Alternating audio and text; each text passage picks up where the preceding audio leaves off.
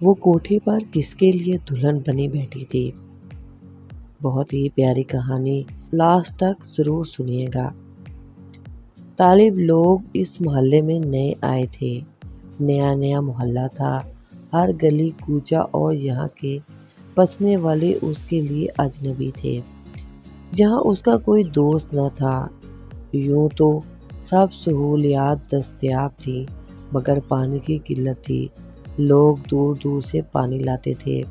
طالب جب لوگوں کو پانی بھرتے ہوئے دیکھتا، برتن اٹھائے دور سے آتے دیکھتا تو اسے ان کی تکلیف کا احساس ہوتا۔ ایک سرکاری نل چوک میں تھا جس میں مقررہ وقت پر پانی آتا تھا۔ آج جب وہ اپنی دکان سے گھر لوٹ رہا تھا تو اس نے کسی کو پانی بھرتے نہ دیکھا۔ ادھر ادھر نظر دوڑائی، راستہ سنسان تھا۔ سامنے ایک لڑکی پانی کا ڈبہ اٹھائے جا رہی تھی۔ وزنی ہونے کی وجہ سے بار بار ڈبے کو زمین پر رکھ دیتی۔ طالب کو اس کی حالت دیکھ کر خیال آیا کہ نہ جانے کیسے لوگ ہیں، اتنی بڑی لڑکی کو بھری دوپہر میں اکیلے پانی بھرنے بھیج دیا۔ کیا خبر ان کے گھر میں کوئی اور نہ ہو، تبھی یہ بیچاری مجبوراً پانی بھرنے آئی ہو۔ اس نے سوچا کیوں نہ میں اس کی مدد کروں۔ وہ اس کی جانب بڑھا۔ لڑکی نے جب ایک اجنبی نوجوان کی نظروں میں اپنے لیے محبت کی جھلک دیکھی تو گھبرا گئی اور ڈبہ اٹھا کر جلدی سے گلی میں مڑ گئی۔ طالب واپس گھر کی طرف لوٹ آیا۔ یہ وہ لمحہ تھا جب اجنبی لڑکی نے اس کے دل میں خود بخود اپنے لیے جگہ بنا لی۔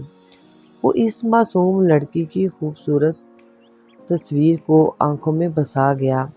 دوسری بار وہ اسے اپنے محلے کے پرچون کی دکان میں ملی، شاید گھر کے سودا سلف لینے آئی تھی۔ طالب کو دیکھتے ہی وہ گھبرا گئی۔ اس نے جلدی اپنا شاپنگ بیگ سمیٹا اور دکان سے نکل گئی۔ وہ بھی اس کے پیچھے ہو لیا اور اسے جاتے ہوئے دیکھتا رہا۔ جب وہ گلی میں مڑی تو وہ بھی گلی کے نکڑ تک جا پہنچا۔ دیکھا کہ وہ ایک کچے مکان میں داخل ہو رہی ہے۔ تب وہ واپس آ گیا۔ اس کا مقصد صرف لڑکی کا گھر دیکھنا تھا۔ اسی دوران طالب کی دوستی ایک لڑکے سے ہو گئی جو اس لڑکی کے گھر کے قریب ہی رہتا تھا۔ طالب نے اپنے نئے دوست سے لڑکی کے بارے میں معلومات حاصل کی تو وہ اور بھی افسردہ ہو گیا۔ معلوم ہوا کہ لڑکی کا نام شمور ہے۔ وہ بچپن میں ہی اپنے حقیقی والد کے سائے سے محروم ہو گئی تھی۔ ماں نے دوسری شادی کر لی اور اب وہ سوتیلے والد کے زیر سایہ پرورش پا رہی تھی۔ وہ بے حد غریب لوگ تھے۔ کشمور کا سوتیلا باپ جوا کھیلنے کا عادی تھا۔ جو کچھ کماتا جوا کھیل کر ہار دیتا۔ گھر کا خرچ کشمور کی ماں چلاتی تھی جو دوسروں کے گھروں میں کام کر کے 2 وقت کی روٹی کا بندوبست کرتی تھی۔ گزارا بہت مشکل سے ہوتا اور سوتیلے باپ کا سلوک بھی کشمور سے اچھا نہ تھا۔ یہ سب باتیں جان کر طالب کو کشمور پر بہت ترس آیا۔ 12-13 برس کی عمر میں وہ ماں کے ساتھ محنت مشقت بھی کرتی تھی۔ وہ سوچنے لگا کہ اتنی چھوٹی عمر میں یہ غریب بچی کتنے دکھ سہ رہی ہے۔ اگر میں اسے حاصل کر لوں تو اسے اتنا سکھ دوں گا کہ یہ اپنے تمام دکھ بھول جائے گی۔ آخرکار ان لوگوں کو اپنی بڑی لڑکی کی کہیں نہ کہیں شادی تو کرنی ہی ہے۔ اس دن کے بعد طالب نے دکان پر دل لگا کر کام کرنا شروع کر دیا اور رفتہ رفتہ پیسے اپنے پاس سے انداز میں کرنے لگا۔ وہ محلے میں ایک معزز شخص بننا چاہتا تھا تاکہ کشمور کے والدین کا کوئی بھی اس کا رشتہ دینے سے انکار نہ کرے۔ مگر کشمور کی زندگی میں دکھوں کے دن بھی ابھی باقی تھے۔ ایک دن جب طالب دکان سے گھر آ رہا تھا تو اس نے دیکھا کہ کشمور کے گھر کے سامنے لوگوں کا ہجوم ہے اور سب آپس میں باتیں کر رہے تھے۔ وہ قریب گیا تو معلوم ہوا کہ اس گھر میں ایک عورت جل گئی ہے۔ لوگ اسے اسپتال لے گئے ہیں۔ وہ خوفزدہ ہو گیا کہ کہیں یہ عورت کشمور کی ماں نہ ہو۔ دل میں دعا کرنے لگا کہ خدا کرے وہ کوئی اور ہو۔ اگلے روز گھر آیا تو پتہ چلا کہ محلے میں جو عورت جلی تھی وہ مر گئی ہے اور وہ کشمور کی ماں ہی تھی۔ یہ سن کر طالب کو بے حد دکھ ہوا۔ اس کے لیے یہ خیال ہی سہانے روح تھا کہ کشمور اب اپنے سوتیلے باپ کے رحم و کرم پر ہے۔ طالب کی ماں نے بتایا کہ لڑکی کی حالت بہت خراب ہے۔ پڑوسن کہہ رہی تھی کہ بچی روتے روتے بے ہوش ہو جاتی ہے۔ ماں کی جدائی کشمور سے برداشت نہیں ہو رہی تھی۔ کئی دن تک محلے میں اس بچی کی حالت کے بارے میں تذکرے ہوتے رہتے تھے، لیکن وہ گھر سے باہر نظر نہ آئی۔ طالب کے دل میں یہ خواہش مچلنے لگی کہ کسی طور کشمور سے بات کر سکے اور اسے اس کی ماں کے بارے میں تسلی دے سکے۔ کئی دنوں بعد ایک روز جب طالب ہوٹل سے نکل رہا تھا تو کشمور سامنے سے آتی ہوئی نظر آئی۔ وہ اکیلی نہیں تھی، اس کے ساتھ 2 پڑوسی عورتیں بھی تھیں۔ کشمور کی حالت دیکھ کر طالب کو بہت دکھ ہوا۔ لڑکی خستہ حال تھی، عورتیں اسے دلاسا دے رہی تھیں، مگر وہ بدحواسی کی کیفیت میں تھی۔ اس کی آنکھیں سرخ اور سوجی ہوئی تھیں، جیسے وہ اب بھی مسلسل روتی رہتی ہو۔ طالب کی آنکھوں میں بھی اسے دیکھ کر آنسو آ گئے۔ جب کشمور نے اس کی طرف دیکھا تو فوراً منہ دوسری جانب پھیر لیا۔ طالب سے وہ مرجھائی ہوئی کلی دیکھی نہ گئی۔ وہ سوچنے لگا کہ کیسے اس لڑکی کو دلاسا دے، کیونکہ وہ اس قدر نحیف اور زرد نظر آ رہی تھی کہ خود طالب کو بھی رونا آ گیا۔ اس نے منہ پھیر لیا تاکہ کشمور اس کے بہتے ہوئے آنسو نہ دیکھ لے۔ پتہ نہیں اس کا یہ رد عمل کیا ہو میرے بارے میں۔ خیر وقت گزرتا رہا۔ اب جب بھی وہ طالب کو نظر آتی اس کی حالت ویسی ہی ابتر ہوتی، جبکہ طالب چاہتا تھا کہ وہ اسے جینے کا احساس دلائے، ایک نئی زندگی کی امید دے۔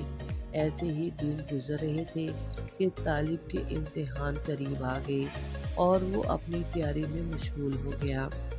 وہ اچھے نمبروں سے کامیاب ہونا چاہتا تھا تاکہ مستقبل سنوار سکے اور باعزت طریقے سے کشمور کے گھر رشتہ بیچ سکے، اسے اپنی زندگی کا حصہ بنا سکے۔ طالب کی محنت رنگ لائی اور اس نے شاندار نمبروں سے BA کا امتحان پاس کر لیا۔ ادھر دکان سے بھی اچھی خاصی آمدنی آنی شروع ہو گئی۔ اس نے اپنی ماں کو کشمور کے بارے میں بتایا اور درخواست کی کہ کسی طرح والد کو راضی کریں اور کشمور کے گھر رشتہ لے کر جائیں۔ طالب کو خدشہ تھا کہ کہیں کشمور کا سوتیلا باپ اس کا رشتہ کہیں اور نہ طے کر دے۔ طالب کی ماں نے باپ کو راضی کر لیا اور کشمور کے گھر رشتہ لے کر پہنچ گئے۔ اگرچہ کشمور کا سوتیلا باپ کوئی معزز شخص نہ تھا کہ اس کے ساتھ رشتہ جوڑا جاتا، مگر بیٹے کی خواہش کی خاطر وہ مجبور ہو گئے تھے، اور طالب تو کشمور کے دکھ دیکھ کر ویسے ہی مجبور ہو چکا تھا۔ وہ بڑی امید کے ساتھ گئے، توقع تھی کہ ان کا رشتہ فوراً قبول کر لیا جائے گا اور کشمور کا باپ اسے اپنی بیٹی کی خوش قسمتی سمجھے گا، مگر خلاف توقع اس نے رشتہ رد کر دیا۔ طالب کے والدین اپنا سا منہ لے کر لوٹ آئے۔ گھر آ کر انہوں نے بیٹے کو بھی برا بھلا کہا کہ ایک کم حیثیت شخص کے ہاتھوں ان کی عزت خاک میں مل گئی۔ وہ جس گھرانے کو اپنے قابل نہیں سمجھ رہے تھے انہوں نے انہی کو لائق نہیں سمجھا۔ والدین کی سدگی پر طالب دل شکستہ ہو گیا اور دل برداشتہ ہو کر محلے کی گلیوں میں نکل گیا۔ اب اس کی دوستی کافی لڑکوں سے ہو گئی تھی، ان میں کچھ اچھے بھی تھے اور کچھ برے، بلکہ کچھ تو ایسے بھی تھے جن کا مشغلہ ہی انسانیت سے گھری ہوئی حرکتیں کرنا تھا۔ وہ برائی کی راہ میں بہت آگے نکل چکے تھے۔ طالب کا افسردہ دیکھ کر وہ اس کی حالت کی وجہ جاننے میں لگ گئے اور آخرکار ایک مشترکہ دوست کے ذریعے انہیں پتہ چل گیا کہ وہ کشمور نامی لڑکی سے شادی کرنا چاہتا تھا، لیکن وہاں سے انکار ہو گیا، اسی لیے وہ دل شکستہ ہے۔ انہوں نے طالب کو ان کمزور لمحوں میں گھیر لیا، دل جوئی کے بہانے اسے اپنے ساتھ کل جگہوں پر لے جانے لگے۔ شروع میں وہ انکار کرتا رہا، لیکن آہستہ آہستہ اس کا دل ان مشاغل میں لگنے لگا۔ پھر ایک وقت ایسا آیا کہ وہ پست حرکتوں میں اپنے دوستوں سے بھی آگے نکل گیا، اتنا آگے کہ واپسی کا راستہ بھی یاد نہ رہا۔ وہ عارضی خوشیوں اور لذتوں کے پیچھے بھاگنے لگا۔ کشمور کی صورت ذہن میں دھندلانے لگی، اس کی محبت کا نرم و ملائم احساس بھی دل سے رخصت ہو گیا۔ اب وہ صبح ہوتے ہی دوستوں کے ساتھ آوارگی کا جشن منانے نکل جاتا۔ کشمور جب پانی بھرنے جاتی تو اسے نظر آتی اور وہ اب بھی پریشان دکھائی دیتی، لیکن طالب کے دل میں اب اس کے دکھ کا کوئی احساس نہیں جاگتا تھا۔ وہ مجرم کی طرح اس سے نظریں چرانے لگا۔ محلے کے لوگ بھی طالب کی حرکتوں کی وجہ سے اس سے کترانے لگے تھے، مگر اسے کسی کی پرواہ نہیں تھی۔ ایک روز کشمور کا ستیلا باپ محلہ چھوڑ کر کہیں اور چلا گیا۔ طالب کو اس بات کی کوئی خبر نہ ہوئی کہ وہ لوگ کہاں اور کیوں گئے۔ طالب کے حال سے سب سے زیادہ اس کے والدین پریشان تھے اور اسے دیکھ دیکھ کر کوڑتے رہتے۔ انہوں نے اسے بہت سمجھایا، مگر وہ ان کی بات ایک کان سے سنتا اور دوسرے کان سے نکال دیتا۔ دکان سے بھی اس کی دلچسپی ختم ہو گئی تھی۔ اب باپ کو ہی سارا وقت دکان پر بیٹھنا پڑتا تھا۔ طالب کبھی کبھار آتا، تھوڑی دیر بیٹھتا اور چلا جاتا۔ در حقیقت وہ دکان میں صرف پیسے لینے آتا تھا۔ اس کی عدم دلچسپی کی وجہ سے دکان کی آمدنی بھی گھٹنے لگی تھی۔ آخر ایک دن باپ نے اسے دکان سے نکال دیا اور کہہ دیا کہ اب تم یہاں سے ایک پیسہ بھی نہیں لوگے۔ تب وہ مالی طور پر پریشان رہنے لگا اور مایوسی نے اسے اور زیادہ گھیر لیا۔ یوں اس کا دل گھر والوں سے بھی اچاٹ ہو گیا۔ انہی دنوں اس کے کچھ دوست لاہور جا رہے تھے، وہ بھی قسمت آزمانے ان کے ساتھ ہو لیا۔ وہاں روزگار کی تلاش میں کافی وقت لگ گیا، ادھر ادھر آوارہ گردی بھی کی۔ بالآخر ایک دوست کے توسط سے ایک کریانے کی دکان میں ملازمت مل گئی اور ٹھکانہ بھی، لیکن دل کا سکون اب بھی ناپید تھا۔ ایک روز دوست اسے دل لبھانے والی ایک محفل میں لے گئے، جہاں حسن کے جلوے بکھرے ہوئے تھے۔ یہ ایسا گھر تھا جہاں رسوائیاں دستک دیا کرتی تھیں، مگر مکینوں کو عزت کے ہو جانے کا احساس تک نہ تھا۔ طالب نے خود سے سوال کیا، ارے یہ تو شہر کی بدنام زمانہ جگہ ہے، میں یہاں کیسے آ گیا؟ بہرحال اب تو وہ آ ہی چکا تھا۔ دوستوں نے ایک کمرے میں جا کر معاملات طے کیے اور جو کمرہ طالب کے حصے میں آیا اسے اس میں دھکا دے کر دروازہ بند کر دیا۔ طالب ابھی تک اسی سوچ میں ڈوبا ہوا تھا کہ یہ وہ جگہ ہے جہاں شریف عورتیں نہیں ہوتی۔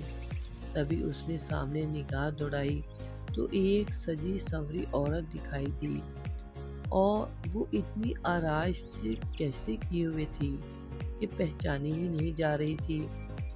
اسی لمحے ایک پاکیزہ تصویر اس کے ذہن کے پردے پر ابھری، کشمور کی تصویر۔ اس کا ضمیر جاگ اٹھا، دماغ جھنجھلا گیا، جانے کس جذبے کے تحت اس نے اس سجی ہوئی لڑکی کو ایک تھپڑ نصیب کر دیا اور کہا، جب میں شریفانہ طریقے سے تمہیں اپنی دلہن بنانا چاہتا تھا تو تمہارے باپ نے رشتہ دینے سے انکار کر دیا، اور اب تم نقلی دلہن بن کر میرے سامنے آ کھڑی ہوئی ہو۔